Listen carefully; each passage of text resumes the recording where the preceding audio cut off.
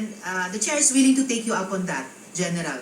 At ang tanong ko lamang ay, will PAGCOR be able, together with DOJ and the other agencies mentioned earlier, the BIR, will PAGCOR be able to provide the committee with a full and comprehensive disclosure kapag tayo po ay pumasok na sa executive session?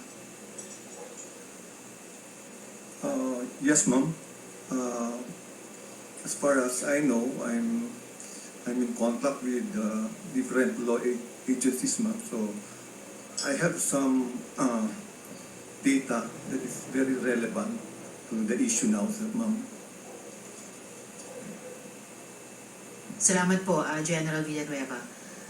So, just to briefly suspend today's hearing till the next schedule, Mayor Guo, sabi niyo po ay ayaw niyo magsinungaling.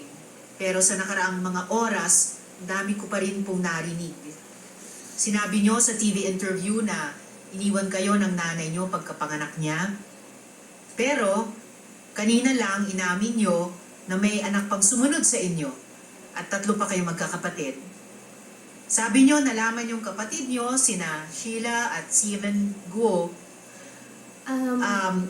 Sorry, I'm suspending already.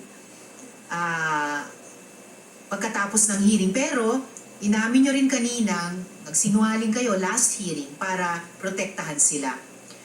Sabi niyo, hindi niyo kilala si Nancy Gamo na involved sa Pogo, pati mga kumpanya ng pamilya niyo.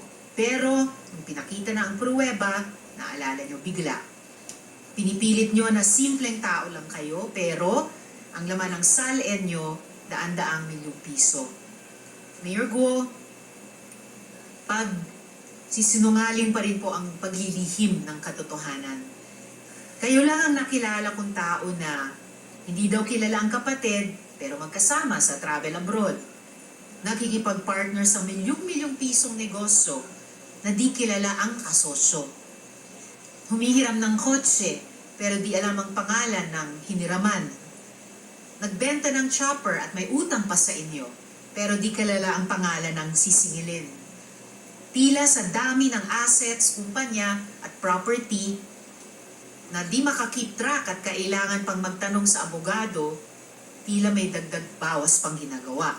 At lahat ng kasinungalingan o paglilihim na iyan ay mahalaga dahil nasa gitna tayo ng sikreto at sistematikong sindikato na siyang nanloloko sa mga Pilipino at naglalagay sa panganib ng ating mga institusyon at seguridad. Ang pinag-uusapan dito ay pamamahala. Hindi po ito maalaala mo kaya. Nakulang na lang siguro may nawawalang diary or may lilitaw bang kambal, parang Maraklara. Maganda nga tanungin na sa test ng pagka-Pinoy, sino nga gumanap sa Maraklara? Kuchi nga, please. Judian. Pero, gaya ng nabanggit kanina, seryoso po tayo dito. Friends, our law enforcement agencies have expressed the desire to share more comprehensive findings in executive session. Findings that involve national security and transnational organized crime.